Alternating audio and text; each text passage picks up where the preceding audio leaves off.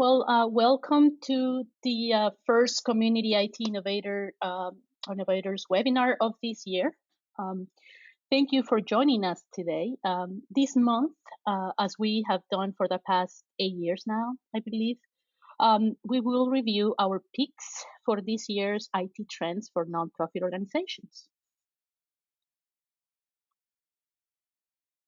My name is Johanny Torrico. I'm the Chief Operating Officer of Community IT and today's moderator. I will join my two colleagues in presenting today's webinar. Steve Longenecker. I'm Steve Longenecker. Go ahead, Steve. Go ahead. You can introduce yourself. I'm Steve Longenecker, Director of IT Consulting at Community IT. And our Chief Technology Officer, Matt. Go ahead, Matt. You can introduce yourself. I think you're muted, Matt. Anyway, before we begin, kind of Matt is fixing up his audio. We would like to tell you a little bit more about our company.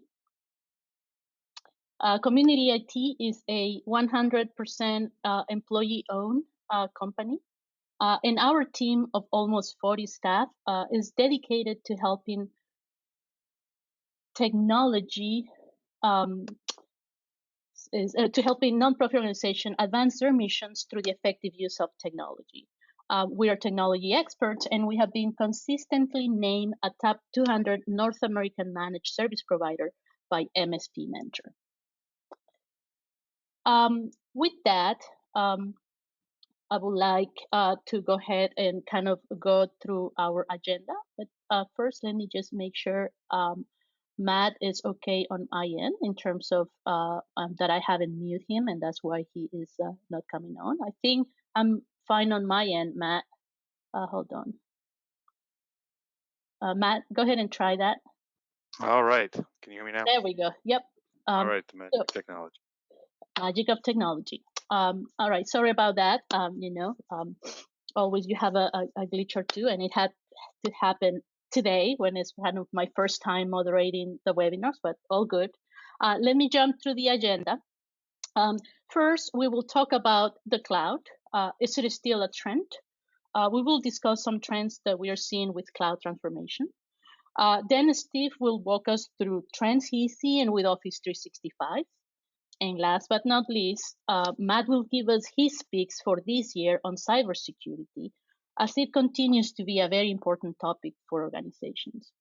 But before we start, I would like you to remind you all, if you have questions that you would like us to answer or comments you'd like to share with us, please use the chat feature in GoToWebinar. We'll try to answer them throughout the webinar. We'll try to leave some time at the end for questions and answers. Also, just to remind you that the slides and the recording of today's webinar will be posted in our website and uploaded to our YouTube's channel. All right. All right. Matt, I think, all right. So let me just jump into my, I know that Matt had a poll to do, but I don't have it, Matt, either. So let me just go ahead and jump in to continue with the webinar. We'll leave the polls for the next, either later or the next webinar. All right, so let's start by talking a little bit about digital transformation. Many of you have probably heard this term, digital transformation, and you're probably confused by it or tired of it. Digital transformation has really become a buzzword.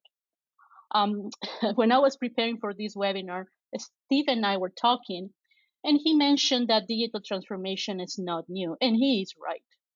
Digital transformation, it's a very active topic these days, but this was also true back in the 1990s and again in the mid-2000s.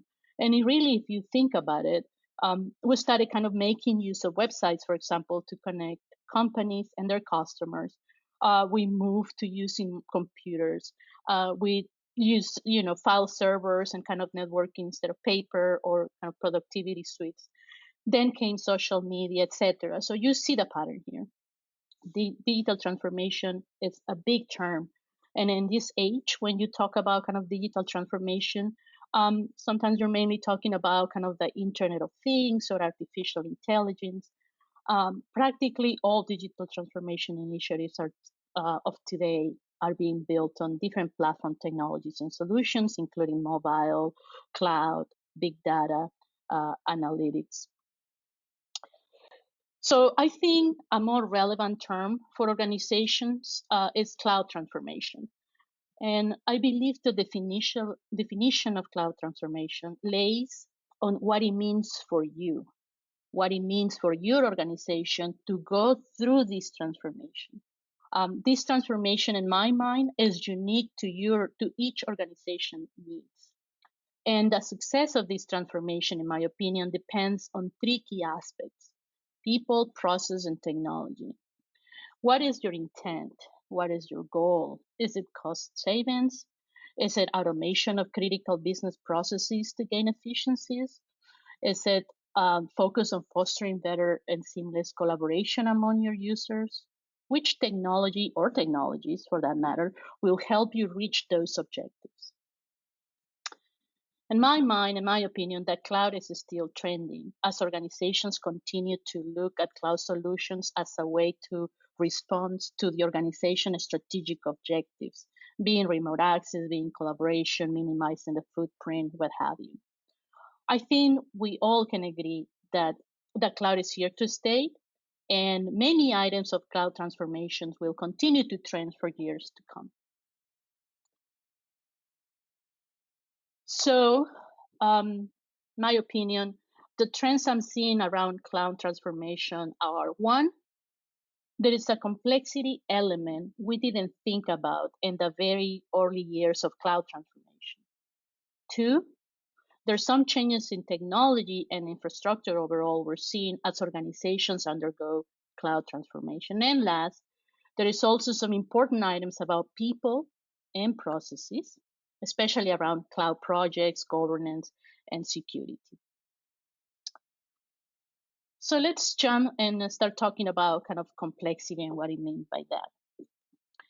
When organization, if you think about it, when organizations first began migrating to the cloud, their decision-making process was a bit kind of black and white. There were fewer vendors in the marketplace, fewer ways to customize offerings.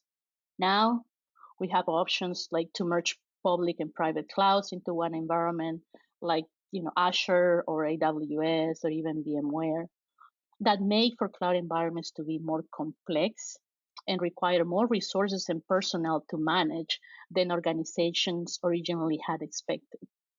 What we are seeing now is the organization using also multiple cloud providers to meet different technical or business requirements. We're seeing more and more organizations using Office 365 for email, as you know, moving files to SharePoint.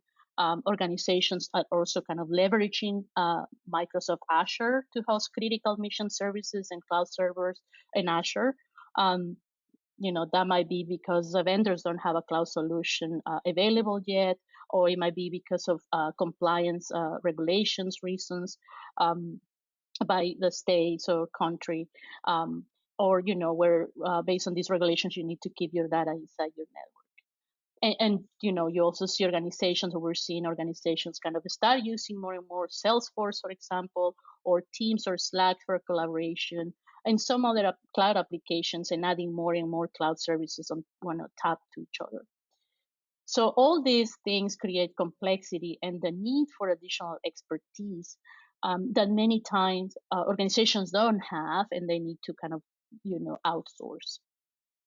So given the level of complexity that cloud transformation is adding, we're seeing organizations looking for IT providers that can help them develop a cloud strategy that can help them kind of help them with their deployment, migrating to the cloud, or overall management capabilities. And we're also seeing that these organizations are kind of being more thoughtful in terms of picking their providers, because they want to kind of have a provider, or prefer to have a provider where they can build a long-term IT partnership and build trust. I believe also that we will continue to see organizations needing cloud expertise and cloud generalists to help them administer their different cloud solutions. I think another thing to keep in mind is that increasing the increasing need for kind of cloud security. So you have different cloud services, and that kind of means different credentials. So that's when you see single sign-on solutions come to play that can kind of help automate this and kind of ease some of this friction. There is also the governance piece. Without governance, you will quickly find your cloud environment spiraling out of control. Between the pace of change environments, new services being adopted, and the use of rapid growth in many cloud environments, there is no way you and your team can keep up without a governance strategy. So, for example, without governance, you might keep a decommissioned server in the cloud, unpatched, and exposed to hackers. Or without an onboarding, offboarding policy, you may end up with unnecessary data from files and email from former staff. For many nonprofit organizations, Office 365 offers some free storage, but without governance, this data can creep up, adding to your cost, right? There's also changes in IT infrastructure and technology overall as a result of these cloud transformations. We're seeing more and more serverless offices as they move the critical services to the cloud. We're seeing some trends about users' mobility needs overall, and more security technologies trending as a result of this transformation. So let's unpack a little bit the serverless offices. As I said, as critical services move to the cloud, the footprint in an office shrinks more and more to the point where there is no need for a server. And in our experience, this depends on the size and unique needs of an organization.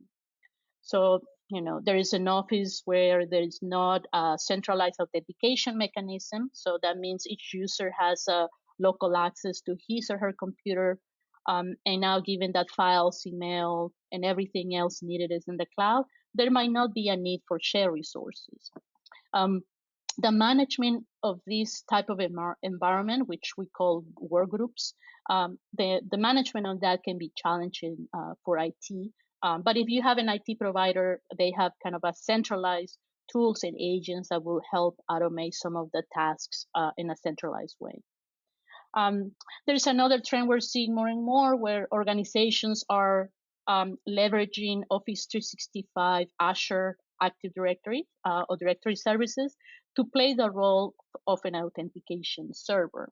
So with Windows 10, the process of joining workstations to a cloud Azure domain has gotten a lot easier. And I think Microsoft continues to improve on this. And basically what this means is that instead of joining your computers to your local domain server, it is actually joining those computers to your cloud instance and Office 365 Azure directory. This gives organizations the ability to centralize directory services in the cloud, just like they did in the past to manage their users, groups, and passwords. Another thing that we're seeing is kind of more Macs being used in the enterprise. So the end user experience of Macs in a Windows world is better than ever because Microsoft and other cloud services providers are generally committed to Mac clients. And because many of these cloud services, are provided through the browser anyway, which, work mostly the same in Windows than Macs, right? We believe also that for an organization with heavy Mac usage, it might be necessary to have an IT provider that helps the organization manage all their Macs in a centralized way, or have their IT department deploy a Mac management solution. And again, these require a higher level expertise, as we kind of spoke about it earlier. Mac management, I would say, is important because of things like the need for laptop encryption, managing encryption keys, patch maintenance, etc. And Mac management can be expensive in our experience, and it's basically because there are special tools that are required because Macs are meant to be for the end user and not so much for the enterprise, and that makes it a little bit difficult. The move to the cloud continues. More organizations have already migrated email to the cloud, and I think we're now seeing organizations kind of looking at moving their files to the cloud, especially SharePoint. Steve will talk more about files and SharePoint. Other critical mission services are also making the move to the cloud. We have seen that with Servers 2008 going away, our clients are either opting for Azure AD joint Windows computers or moving their servers to Azure. We're seeing more CRM and finance applications being moved to the cloud. This transition from legacy on-prem solutions to these cloud solutions can be difficult and will definitely require you to review kind of your compliance regulations, or it will kind of require planning, but we're seeing this happening more and more. Some other trends we're seeing is around mobility, and I think Matt also has a slide on this, so he will talk more about it. But we're seeing more organizations kind of willing to allow personal devices. These organizations are focusing on bring your own device or BYOD strategies and reviewing their kind of IT policies and security policies to mitigate the impact, especially around security risks associated with kind of bringing personal devices to the office, right? Another thing we're seeing is the evolution of VoIP phone providers. More organizations are kind of making the switch to what I call phone cloud services, and I'm talking about kind of Ring Central or A by A. So these solutions continue to provide a desk phone if needed. But we're seeing is that organizations are opting to use the soft phone application for desktops or smartphones. These solutions also kind of include meeting platforms. So I think, for example, Ring Central the meeting app for Ring Central, I think sits on a Zoom platform. So, you have that capability also with this type of kind of cloud phone solutions. Some others offer kind of more integrated communication and collaboration. And they also integrate with kind of Salesforce. We have seen integration with Slack, for example, with A by A. So a lot of things packed into this kind of phone cloud services or cloud phone services. One thing to watch out for these type of projects, though, because they have a lot of things, kind of packed into it, they require a lot more project management and change management engagement than your typical phone migration. So, if you're thinking about it, make sure that you plan it out well and kind of work. If you have an IT provider, kind of work with them to help you navigate through these things. Lastly, with organizations well ahead of the cloud transformation and with kind of a large cloud footprint, we are also seeing users relying more and more on video conferencing. So at Community IT, for example, we have adopted Microsoft Teams. Steve is also, I think, talking about Microsoft Teams. But, we use Teams, for example, for most of our team meetings. We're seeing clients making the move to Zoom. And I think for the most part, Zoom has been dominating, at least within our client base.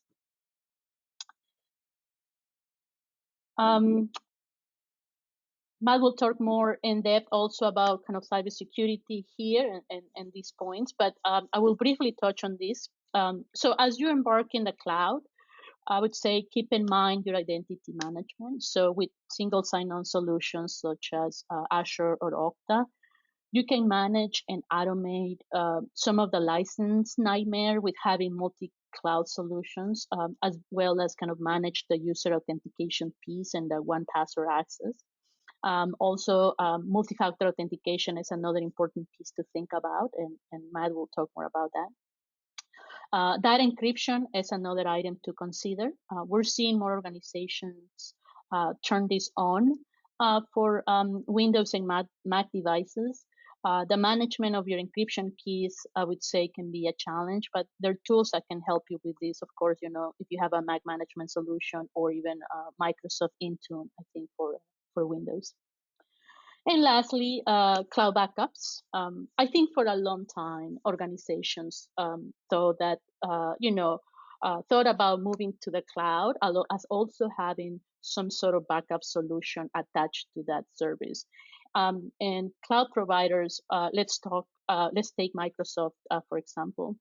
Will keep your data if deleted for, 30 days, I think.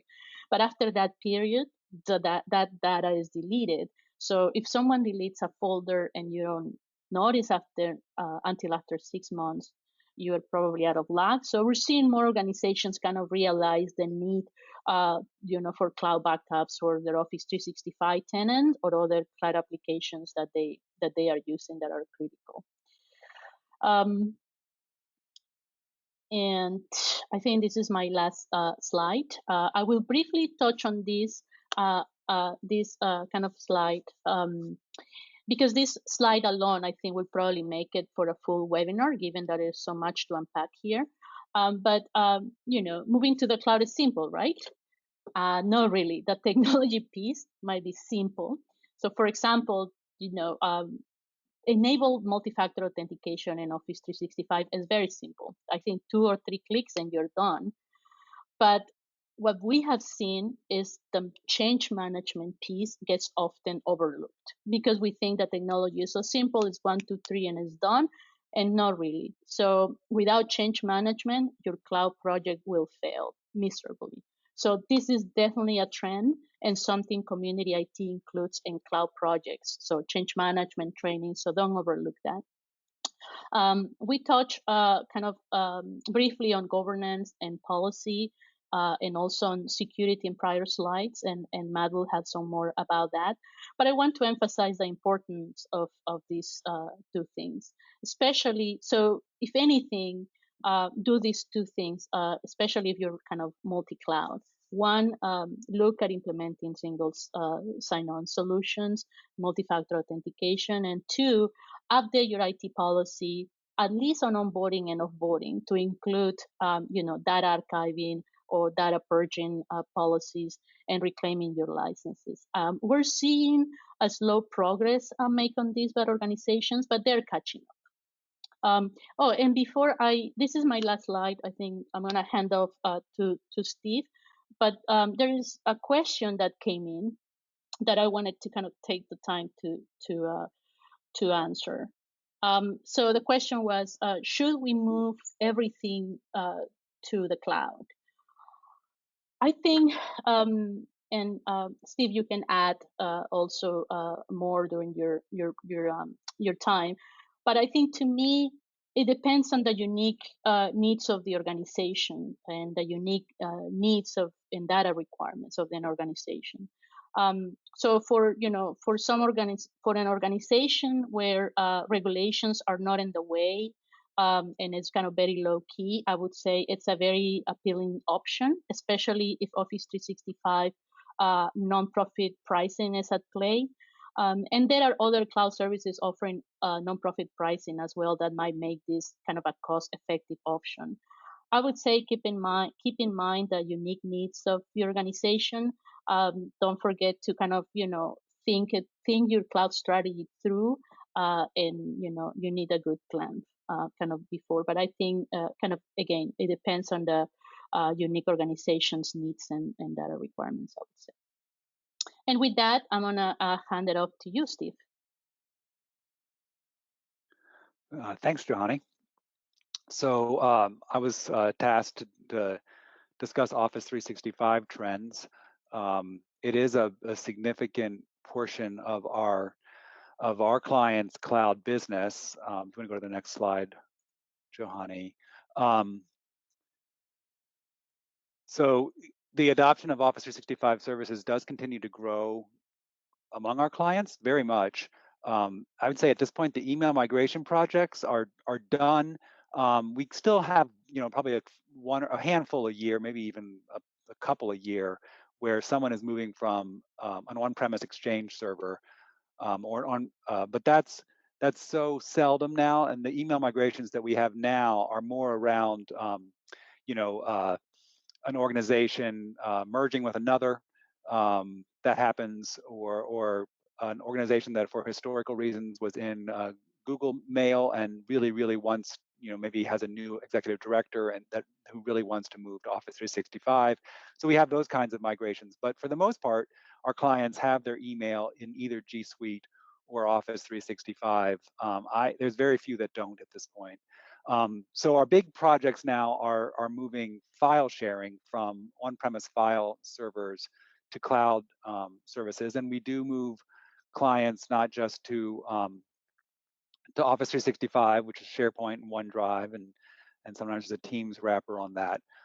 We also help our clients move to Dropbox, and far less frequently do we help clients move to G Suite and Google Drive. Our experience is that our clients are mostly unhappy with the experience of Google Drive. There's a couple exceptions. Clients that are really driven by young folks who sort of grew up in the G Suite world through schools and so on are happy with G Suite. And certainly the clients that we have that are schools like G Suite for student use. But for sort of more traditional corporate focused clients, not corporate in the sense that they're not nonprofits, but traditional nonprofits, particularly ones where everyone is used to using the Office desktop suite. Office 365 as a place to park your files is great because there's really tight integration between Microsoft owns Office 365. They own SharePoint, they own OneDrive, and they own Windows for the people that are using Windows. And even if you're using a Mac, as long as you're using the Office desktop suite, they own the Office desktop suite, and so they can make some very tight integrations. The Office service that we see coming on second from file migrations is probably single sign-on. It's a distant second, I would say, but it's coming. And we'll talk more about the benefits of single sign-on on a slide coming up. But that is coming. And I do have an asterisk on this. Multi-factor authentication, I don't really almost count as a full-scale project. There is a fair amount of change management that needs to be done, and it needs to be done carefully, but it's not a big project. It's more a matter of making sure that everyone knows how this works, and then getting buy-in that you do need to have a mobile device handy to basically do the second factor, the second authentication after you put your password in, that you also click something on your phone that says, yes, that's me that was just trying to log in, let it happen. And then the last service that I see, it's not strong yet, is Microsoft Teams, but I think that's going to be a future trend. I think that's coming. Yes. Just a slide about another trend that I'm seeing.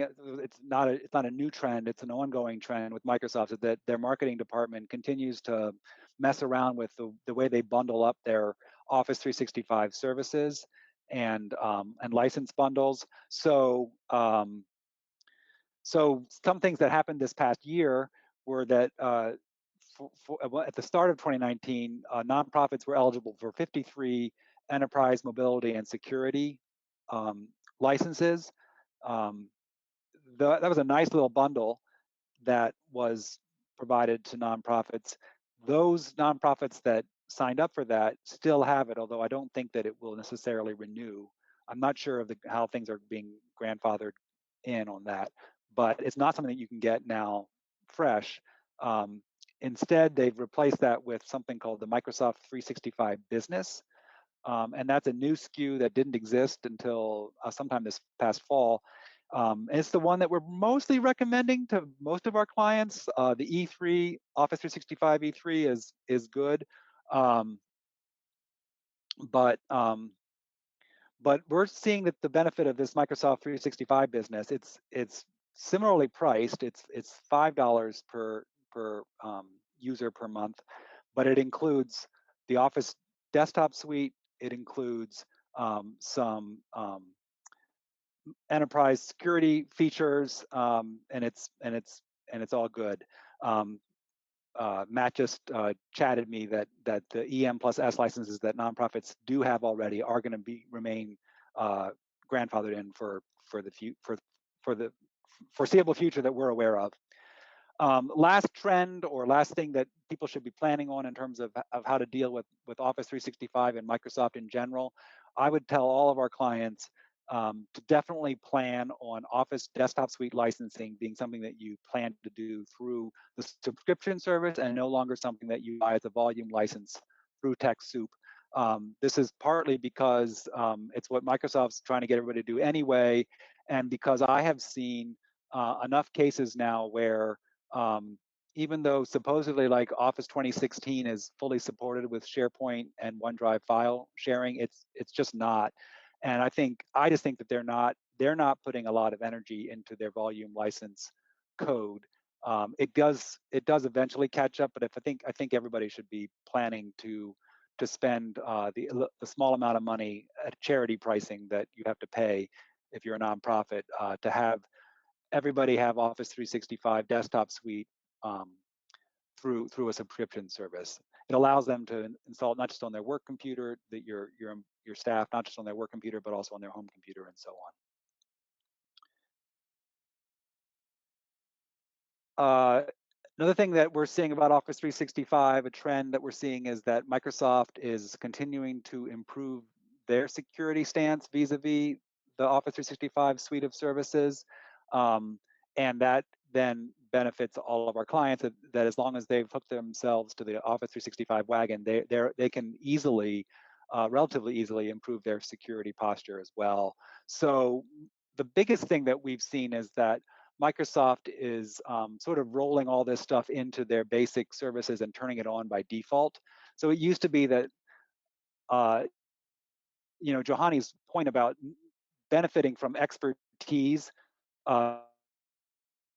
cloud services is absolutely true.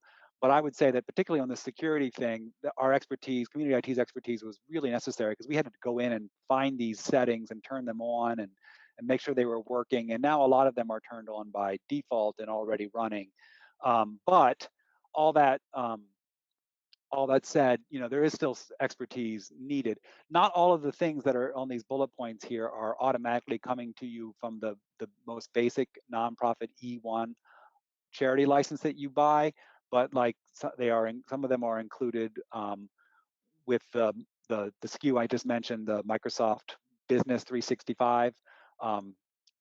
It's a mishmash, but just to quickly, Matt will talk more about all of this stuff. But single sign-on, SSO, very useful for mediating all of your cloud services, not just Office 365. You have a single account with Office 365. You use MFA or multi-factor authentication to get into your Office 365 account. And so that's very secure because it's got a good password and it's got a second factor authentication required. And once you're into your Office 365 account, that enables you to access other cloud services, whatever they are, the New York Times online or whatever those things are, as long as those services are compliant with the single sign-on protocols, which more and more cloud services want to be able to. So that's great service of Office 365. Data loss protection is what DLP stands for. That's the idea that you don't want to have data leaving, so you might want to encrypt your emails. You might want to set an email so that it can't be forwarded. You might want to set a SharePoint file so that it can't be copied or printed. These are things that you can do with data loss protection. It does take expertise to set these policies up, but you can do it. Intune is the sort of, again, something that doesn't come with the basic E1 license, but with the Microsoft 365 Business 365 SKU, I think it does. Intune is the device management idea. So you Azure AD join your Windows 10 computers, but Intune adds more than just basic authentication to it. It might allow you to set up encryption for policies for those computers. or other sort of group policies, but mediated by the cloud instead of by a domain controller on premise. And then ATP stands for Advanced Threat Protection, which I won't even discuss, but it's yet another thing that you get with Office 365 if you have the right licensing for it. And all of these things allow us to do a better job with cloud security. One of our registration questions that came in was, what is cloud migration tips, appropriate levels of security, that the person was interested in hoping to hear about that a little bit from this trend webinar. Let me answer that real quick while I'm on this slide. First of all, I just want to say that like a lot of the traditional rules that you have with on-premise systems apply still. Like you need to pay attention to the roles that you have and who has access, who's an administrator, who's a power user, who's a regular user, who has access to your HR system, to the back end, or just to the who has access to what is important, and that's the same as it would be with any system. But the biggest thing about moving things to the cloud is that since it's with traditional on-premise systems, you had to sort of be physically on the network to have access. So if your passwords weren't super duper secure, it didn't matter because you had to be physically on the network to do anything, and you had physical control over who walked into your office. Of course, VPNs and remote desktop servers and so on were exceptions to those, but the general idea applied. With cloud services, they're accessible from everywhere. So the password policy is vital. That's why single sign-on is so useful. You can you can lock down Office 365 or Okta or whatever your single sign-on provider is with multi-factor authentication, so it's very secure. And then from there, people log into the other services. If you don't use that idea, you definitely want to implore your users or have a policy for your users, or both, I guess, that every password for every cloud service needs to be unique.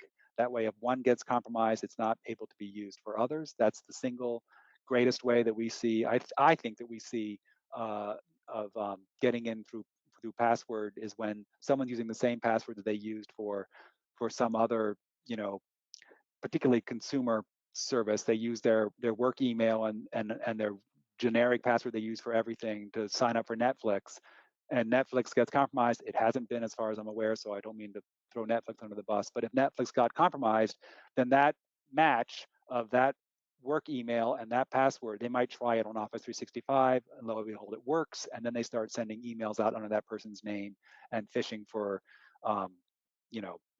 financial gain. Next slide. The trend that file server to Office 365 file sharing is getting ever easier is definitely the case in 2019, and I expect it will continue to be the case in 2020. This time last year, I think the SharePoint migration tool was something that we were just starting to use, and they improved it a lot over the last 12 months.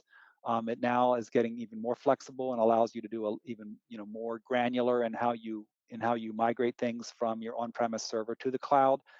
The adoption, I think, is relatively easy. There's still a lot of change management and training in a successful SharePoint OneDrive migration, but it's so much easier than it used to be. There are some pain points. I won't read those, but they exist. They are things that we need to think about when we do a file server to Office 365 migration. And I will say that while Microsoft has worked hard on their SharePoint migration tool, that tool is designed for migrating files from a file server or an on-premise SharePoint server, which none of our clients have. We used to have a couple clients that had it, but they've gotten rid of them a long time ago. But it's not designed for migrating among your SharePoint, within your SharePoint tenant.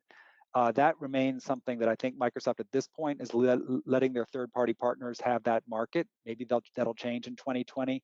But at this point, like let's say you built out a SharePoint system, you were an early adopter and you built it 5 years ago according to the best practices of 5 years ago, and now you want to reorganize because you see there's a lot of better ways to do it. And I think you still need a third-party tool for that. There's not really native tools, which means you have to spend a little bit of money on the licensing of those tools.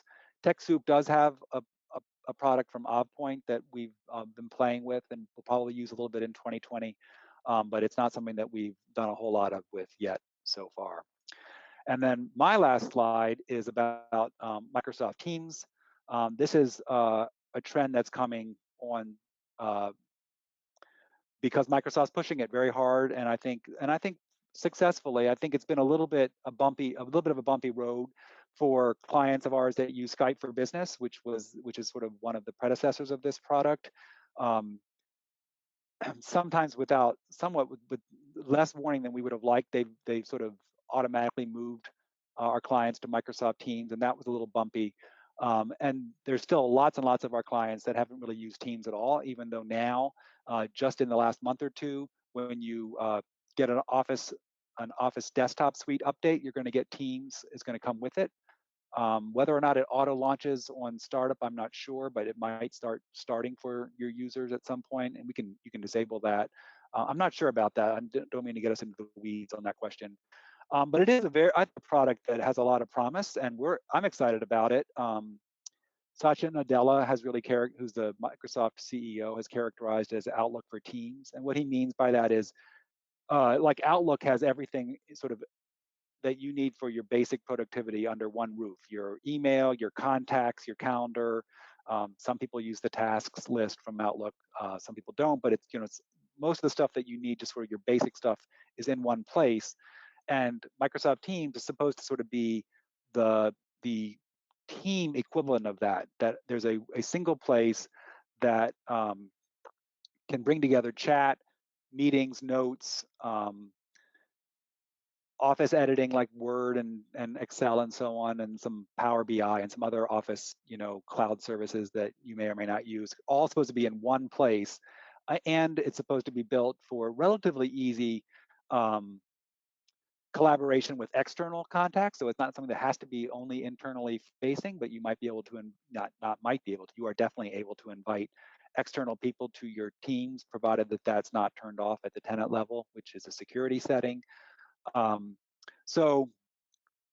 It's a great product, and we're still seeing it. I would say it's still maturing. I would say if you're interested in adopting it, but you're not sure if you have the bandwidth right now, waiting a little longer isn't a bad move, because it's still coming on, I think, and getting to be a more solid product. At the same time, if now's the time when your organization does have bandwidth, it would not be a bad thing to roll out. I think you get a lot of value out of it right now. Certainly Community IT does. We use Teams all the time. And when I said that Matt chatted me that EM plus S was grandfathered in, and that was the Teams chat that he chatted me with. Last, before I give the baton up to Matt, we got another registration question, which was what are nonprofits using for intranet services? And I mentioned that here because I think Microsoft Teams is somewhat services as an intranet for a small group of people. SharePoint definitely has intranet functions, and so SharePoint could be serviced as an intranet for an entire organization. It's built for that. And then we see a lot of our clients using, depending on what the intranet is for, if it's for like HR stuff or like serving up HR forms and so on, that we see being done through browser-based HR systems. Like at Community IT, we use Paylocity. That's the one we use. It's a browser-based platform, and it has intranet functions that meet the HR intranet needs. I'd say in general, this idea of an intranet is something that probably we're seeing less of traditional intranets than we used to. Community IT gave up its formal intranet many years ago. So I'd say if you're in the intranet business, probably your market is shrinking right now, just because there's all these other ways of delivering that information, and because while they're nice, they also require constant care and feeding. And in some ways, there are different ways to disseminate all of that information, whether it's through your HR platform, through SharePoint, or through Teams. And I think that's it for me. Matt, take it away on security.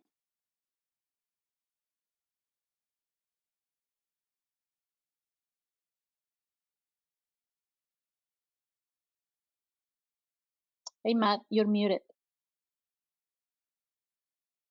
All right, thank you. All right, now that I've got everything sorted out, and before I talk about cybersecurity, I did want to go ahead and just uh, kind of get a sense of where folks are at in terms of the number one initiative that you're going to tackle in 2020. We talked a little bit about some of the trends that we're seeing. So if you can, go ahead and check some of the boxes in terms of the projects that's kind of your number one initiative.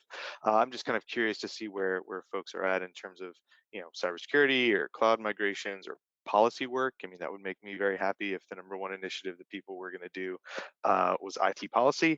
Um, and so just leave this open for another second and go ahead and flip this around. And also, as you're responding, it also just encourage you, if you do have any questions, you can go ahead and either chat those in or use the question feature to ask them. And if we don't get to your question during the webinar, we'll have some time at the end or have some follow up. So I want to make sure that everybody's got questions, that we make sure to get them answered.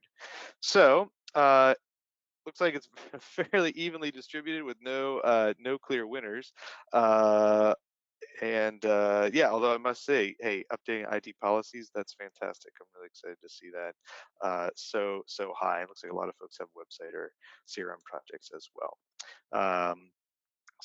Let's go ahead and move into the next slide and talk a little bit about cybersecurity. I think Johanny and Steve both did a good overview of kind of talking about some of the things that we're seeing, and I would just kind of continue that by saying that I'd say top level, I would say there's increasing awareness around cybersecurity and the need for nonprofit organizations to pay attention.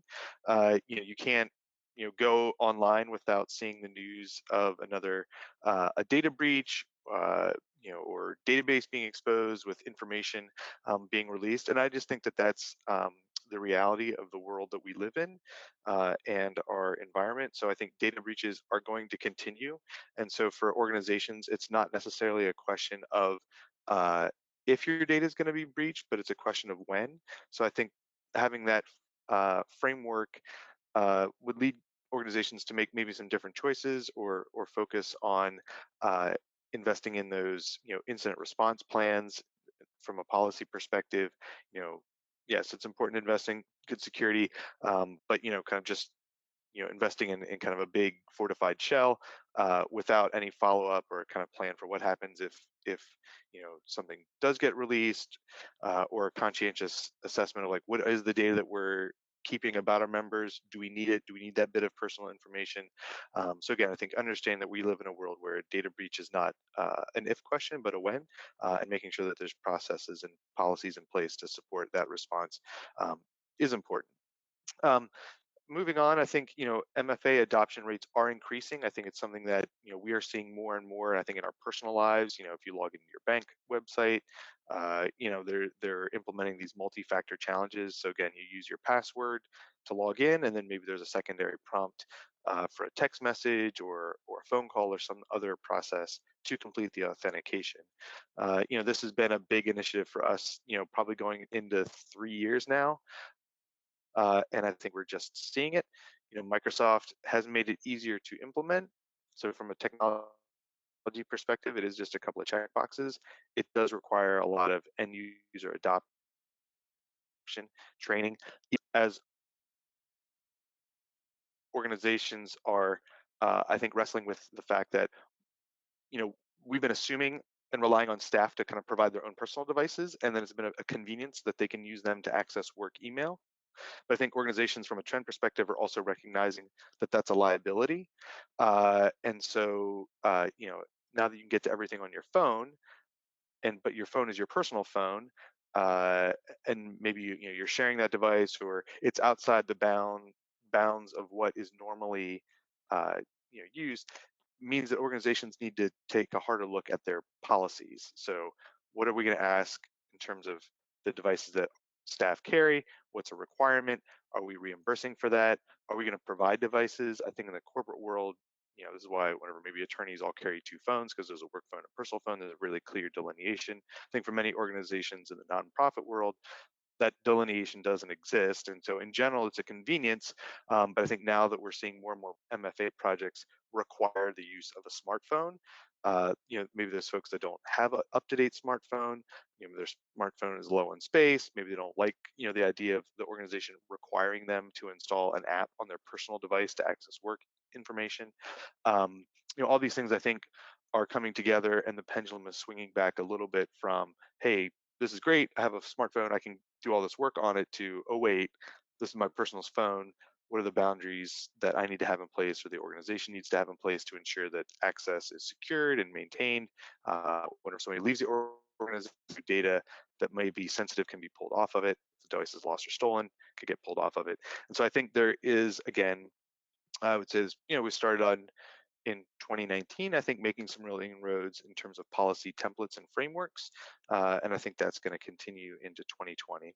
And then finally, I think, this topic of cyber liability insurance, we first talked about it last year in 2019, and there's been a lot of interest coming, to us in terms of learning more about it.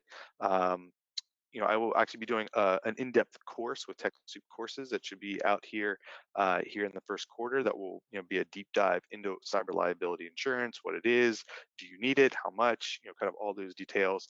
But again, organizations recognizing that, again, traditional insurance from a liability perspective, doesn't really extend in the cyber world. So again, if your organization, is affected by a data breach, or if you have ransomware, or if you have, a successful spear phishing attack, those are not covered by your traditional liability insurance. And so additional policies that are specifically tailored for the cyber liability, makes a lot of sense. So again, I think there's just an increasing awareness about the challenges and complexities around, managing and supporting a network in the, in this new digital world.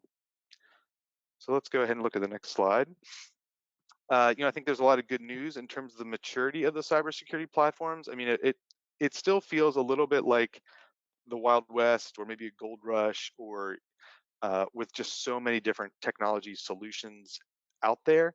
I think we are starting to see some consolidation and streamlining of those solutions. Some of the big players are kind of moving in and making acquisitions, and consolidating the stack and streamlining the stack. So I think there's just a lot of good tools out there to combat the threats. So from a technology perspective, you've got tons of options to react to the responses. Microsoft has really built out their tool set, and as nonprofits, I think that's a tremendous benefit, and that we get to benefit from those kind of enterprise grade tools that are available to nonprofits, and then are available at a very steep discount. So I think that's great. I have a joke here about there's a couple of good Sentinels that are available. So Barracuda Sentinel is a tool that we added in 2019 to combat the dramatic spike that we were seeing in business email compromise. So again, there's emails that try to trick you into, buying a gift card or updating wire transfer information, stuff that kind of gets through regular spam filters. So Barracuda Sentinel is a good tool. I think there's some other vendors that make business email compromise protection. So that's great. Azure has recently introduced their own Sentinel tool. It's called Azure Sentinel, and this is basically Microsoft's implementation of a security information event monitoring system in Azure. So it is really, enterprise grade. I think, for those organizations, maybe 100 seats and up, it'll be something that's worth, looking into. A little bit of a build your own model, but again, very powerful. Microsoft built it. They kind of build things for, whatever, 1 million endpoint size, right? So it's just kind of massively scaled. But I think there will be some specific things that small and mid-sized organizations can really take advantage of. So I think we'll see the maturation of those tools, by the end of 2020. And then again, I think pricing is more competitive. Microsoft is, again, with heavy discounting, benefits the nonprofit sector, and then even some of the the kind of the big brand name tools, like the CrowdStrikes of the world. I think their solutions are becoming more attainable as they they've kind of reached maybe kind of maturation, or kind of they've had a good deployment into the enterprise space, and so now they're kind of looking to expand their market. And so they've got the big players of the world, and so now they're going to go to smaller organizations and probably adjust pricing, as part of that. So again, I think there's a lot of great tools out there, and I think in general the pricing is coming down, which is good. Great. My downside, my negative view here is that I still think IT is still seen as a cost center in many organizations, and so if it's not related to support the mission, it maybe doesn't get funding. Against the never-ending battle against overhead, that's a bad word. So investing in operations is a challenge. So I think there's slow progress, I think, on the funding side to kind of fund secure and scalable operations and focus on impact as opposed to cost. So I would say IT is still seen as a cost center, and that's something that we need to always continue to advocate for. Kind of effectively using technology as opposed to reducing the cost of technology. Of course, we want to implement things as efficiently as possible, but not considering the big picture, I think, disadvantages many organizations. And again, end user adoption and change management is just difficult. Many organizations have limited capacity on the operations side, and so when it comes to a new MFA project or a file migration project or something else, that really represents a big change in how organizations need to implement, and so recognizing that there's relatively small technology change, but there's a large organizational change associated with implementing a lot of these solutions. So I'd be curious, you could chat in or ask a question about how your organization is dealing with that. And again, I think, as we wrap up here, I had a couple of things that didn't necessarily fit in some of the buckets above, but I would say the grab bag. So again, the Mac support in a managed environment continues to be a challenge. Apple has continued to lock down Mac OS, and so the changes that are in High Sierra and now in Catalina really make it difficult for centralized management and administration of those computers. We had to invest in a separate tool that was focused on Mac management so that we could do the things that were important for us in terms of inventory, being able to do key escrow for File Vault, to do remote support. All of those things are much more difficult in the Mac world than the Windows world. And so, we still haven't seen kind of a runaway change for nonprofits adopting Macs as their primary computers, but it still is, it's a slow and steady penetration in terms of organizations, adding at least a couple of Macs into their world, if not, whole organizations shifting. Did want to touch on, we're also seeing some trends with mobility. Just before this, I was talking to my colleagues, and the default computer purchase for most organizations now is a laptop as opposed to a desktop. The laptop, we almost budget twice as much and plan to replace them on a 3-year cycle as opposed to a 4-year cycle. So, it does represent a significant cost increase, but I think the trade-off is certainly on flexibility. And so between a preference for mobility and more organizations adopting, either 100% virtual office or having more flexible work environment, I think adds some additional security considerations, that are important to think about as we shift around from, showing up the office and connecting to the server down the hall. And then finally, it wouldn't be, I think, a presentation in 2020 without the mention that kind of the current political environment can have on kind of cybersecurity. I think particularly those organizations that are in the policy realm, I think attract a lot of attention from state-sponsored actors. So again, that would be the China, Russia, North Korea, trying to understand and not necessarily subvert, but again, understand what the policy analysts are saying before they're saying it. So organizations that are in that world, I think, have a lot more work to do on the security front than than other organizations.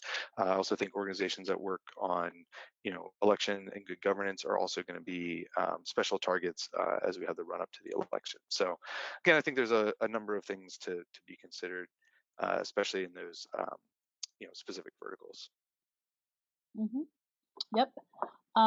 Thank you, Matt and Steve.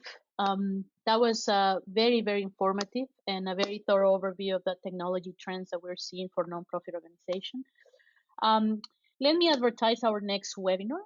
We partner with Bill Consulting. Bill Consulting focus on information strategy and information management for nonprofit organizations.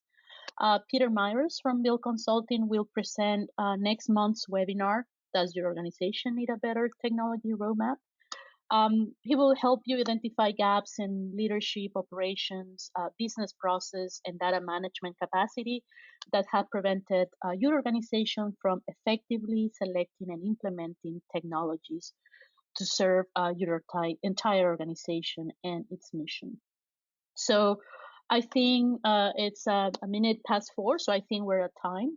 I want to thank everyone for joining us today. Thank you, Steve and Matt, again for your time and being, thorough.